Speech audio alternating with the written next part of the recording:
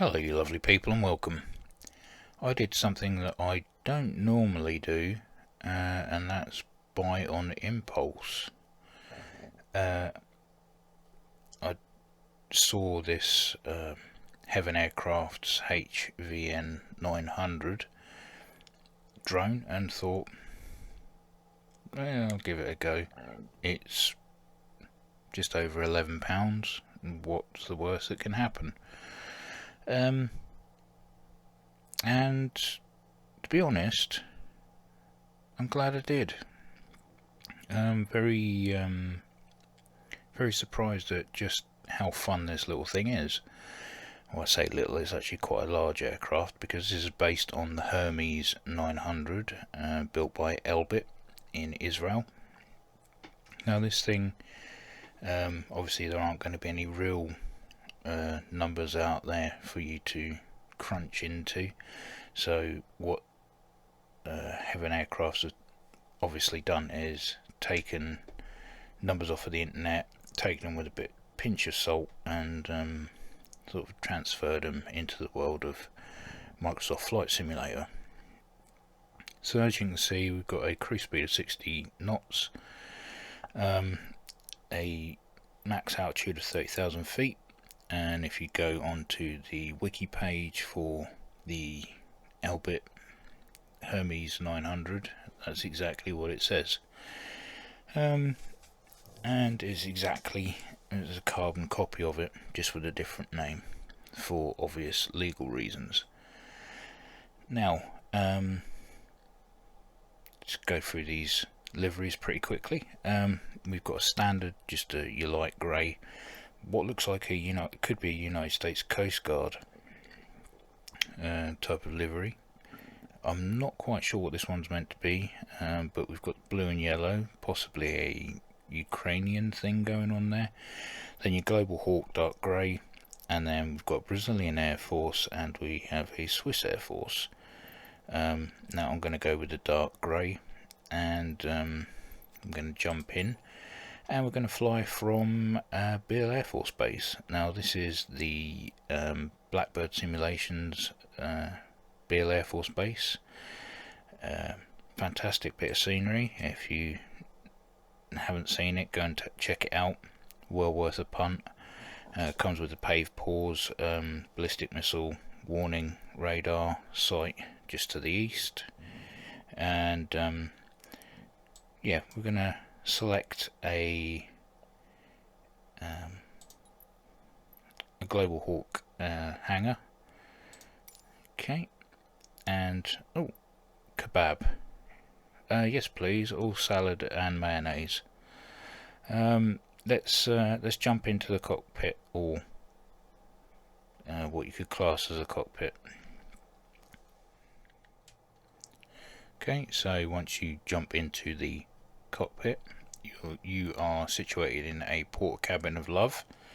We've got a fire extinguisher. What's that behind there? Fan. Oh, we're under surveillance. Got some nice tube lighting here, and then we've got a bank of what can only be described as possibly circuit breakers, I don't know, and places to plug in headsets and all that sort of stuff.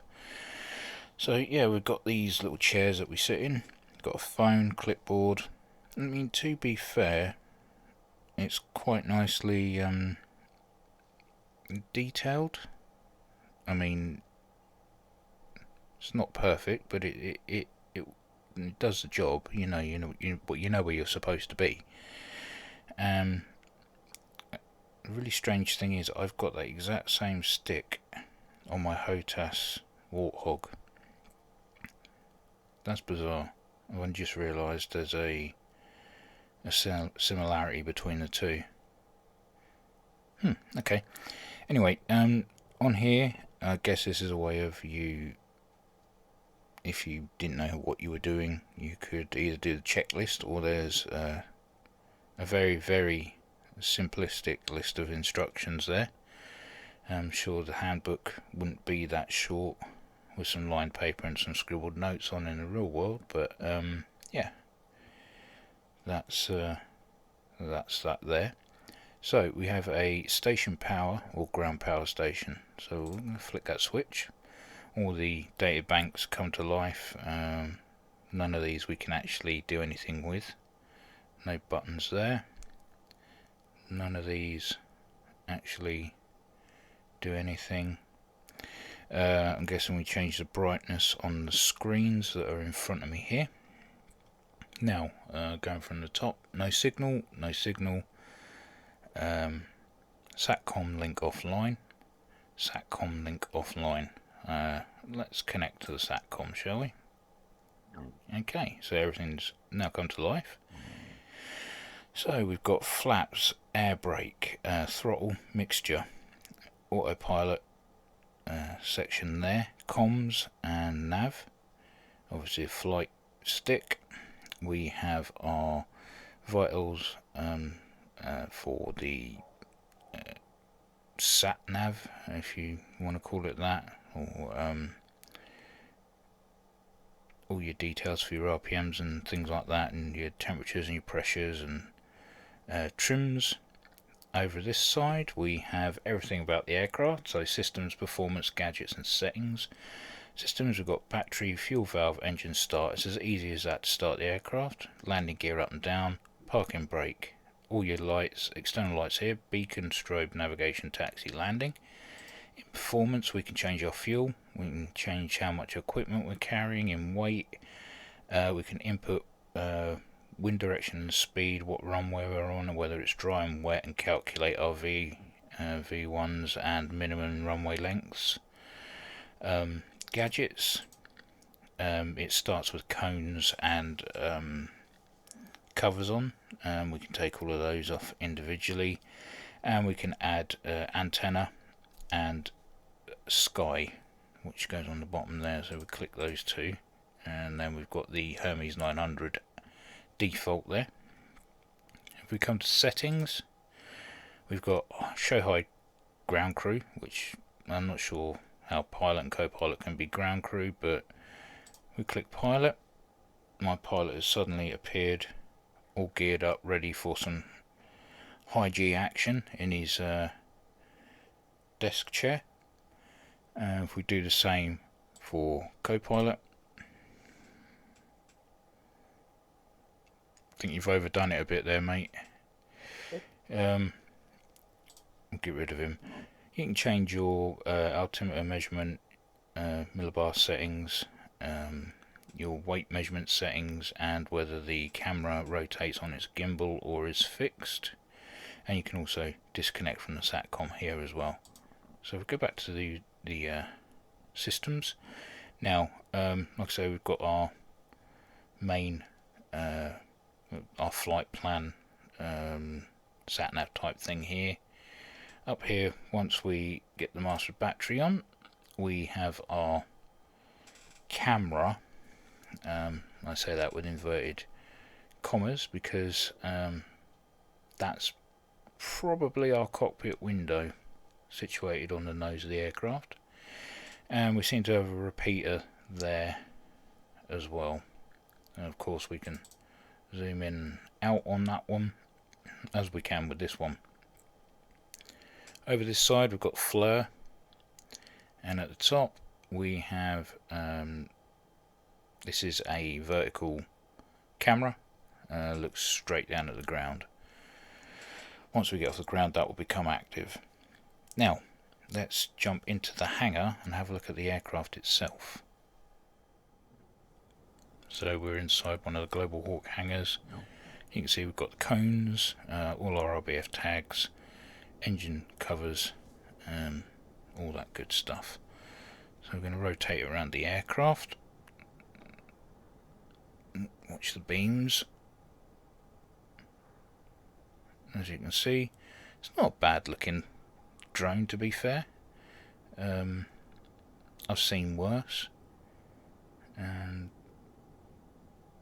yeah, as drones go, I suppose it's pretty much your everyday bog standard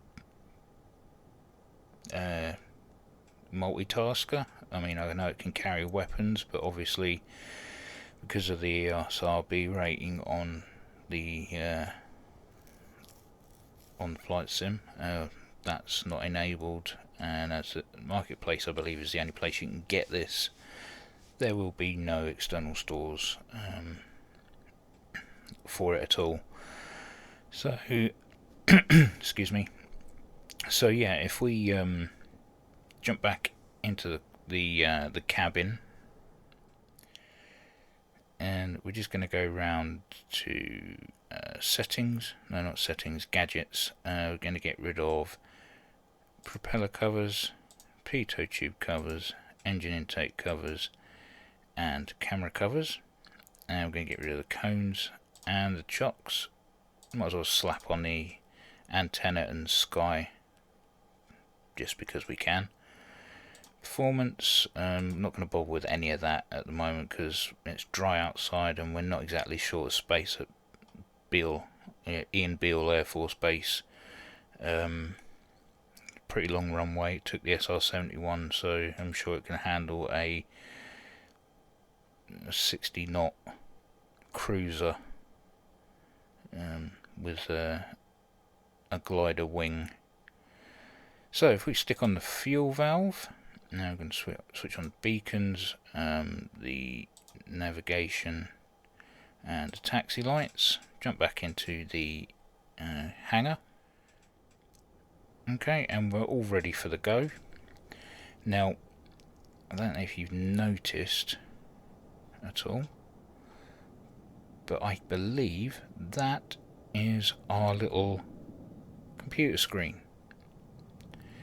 And yeah, I believe we have a tiny little cockpit inside there. I'm sure I can get into it if I went into the drone cam to have a look. I may do that yet, I don't know. If we look down at the camera, it's turning on its gimbal.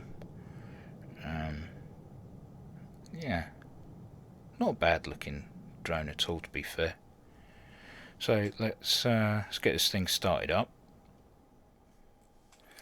Okay, I'm going to come down, click engine start. There we go. RPMs are up.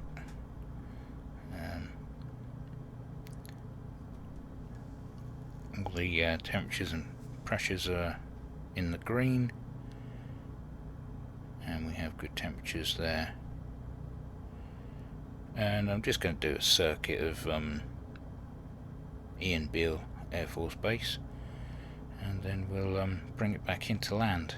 We're not going to use any of the external camera. We'll use the TV screen here. So hit taxi light on, take parking brake off, and we are now going to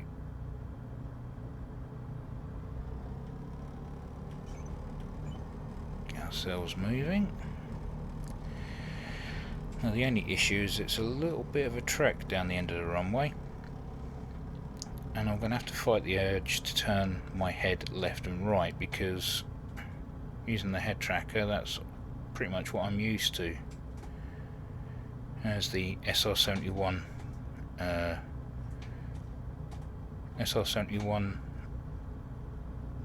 sheds that they've included with the scenery. One of them's empty, you can actually start up inside, and the other one has a static SR-71 inside of it, which is pretty cool, and it's got all the ground crew and stuff. They've modelled that really nicely. Jesus, you can really feel the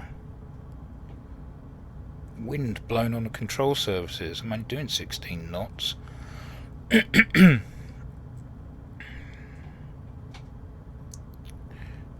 we're coming down to what used to be the KC-135Q area of the airfield when the SR-71s were a thing, and now they've just got their own tanker force.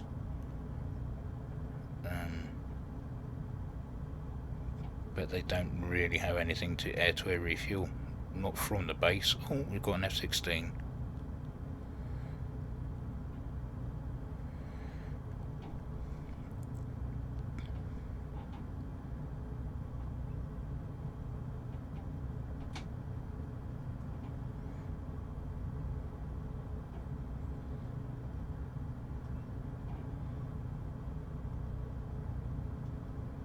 going to speed up the taxiing because this is going to take a little while.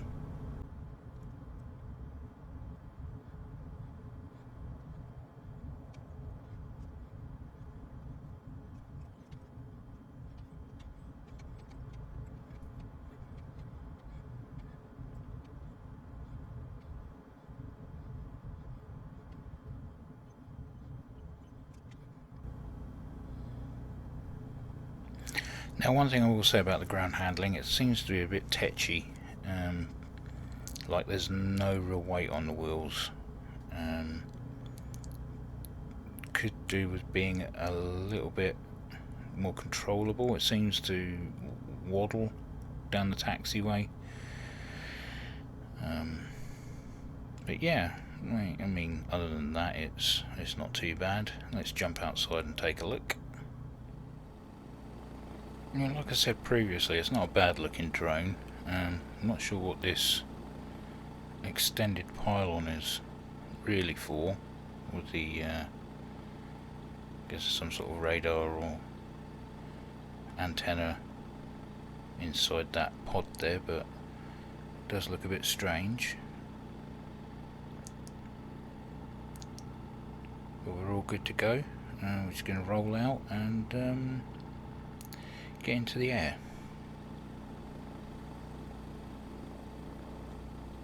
Okay, so get onto the runway.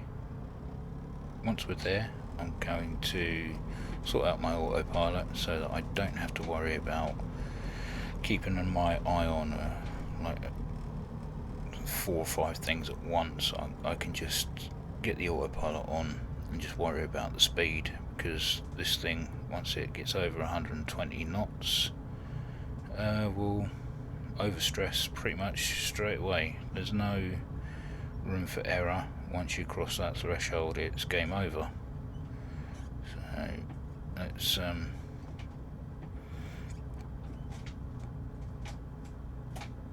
that'll do.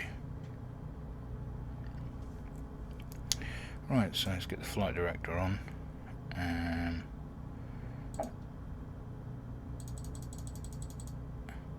Not that high, Jesus. Climb to 2000. We'll go 2300. And heading, we'll keep on the heading. Vertical speed, we want to do about 600 feet per minute. Okay, I'm going to throttle up.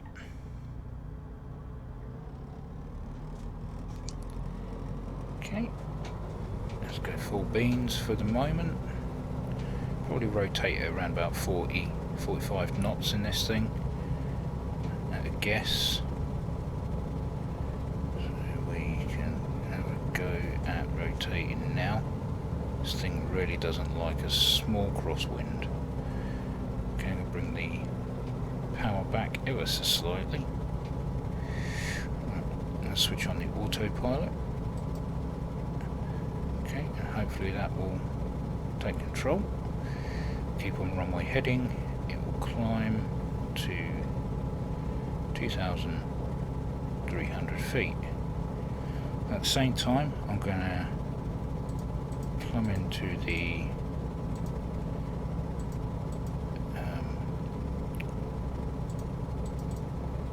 nav radio 109,500. Transfer that across. That's the Beale ILS. So I'm going to try and bring this in on the approach mode. So we can bring, I suppose we could make the turn now to 330.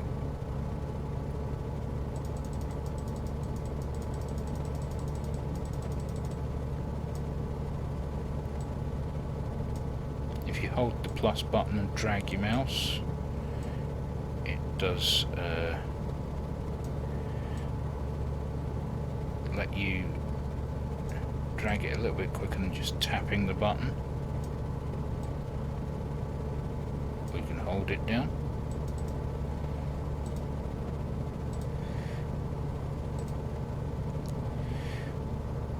don't know what's going on with there. Looks like we're playing heading bingo at the moment.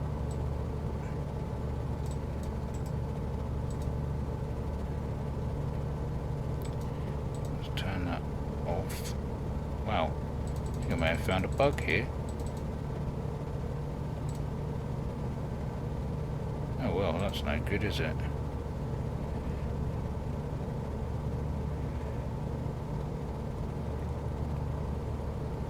What have we done?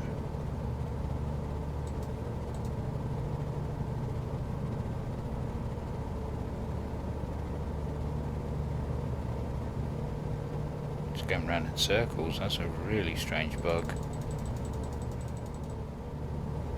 Do it manually then.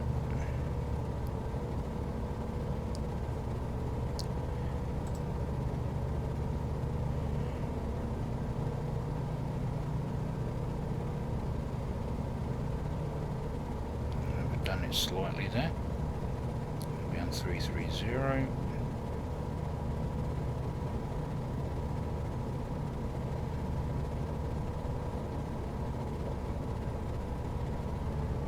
Power down.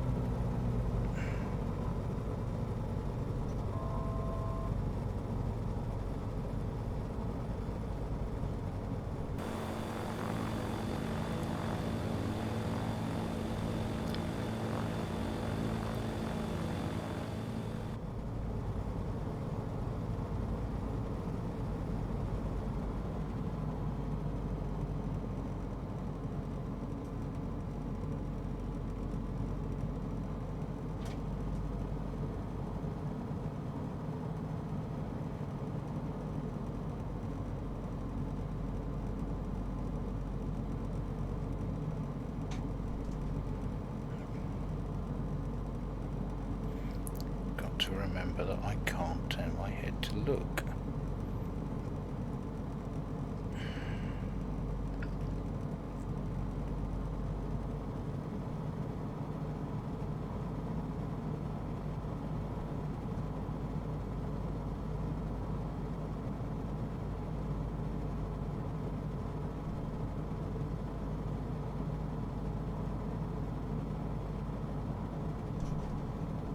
So I'm going to switch on autopilot and approach.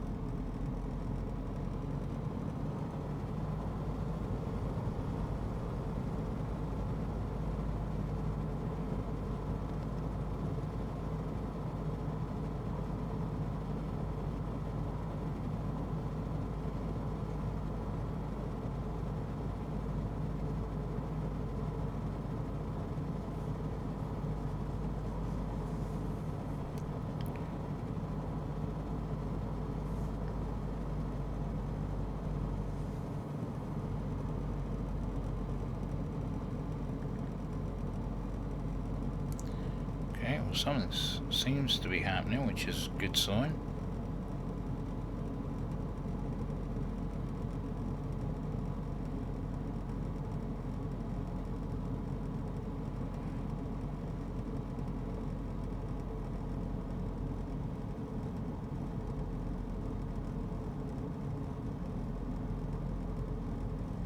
I do like those approach lights on this scenery, they do look really good.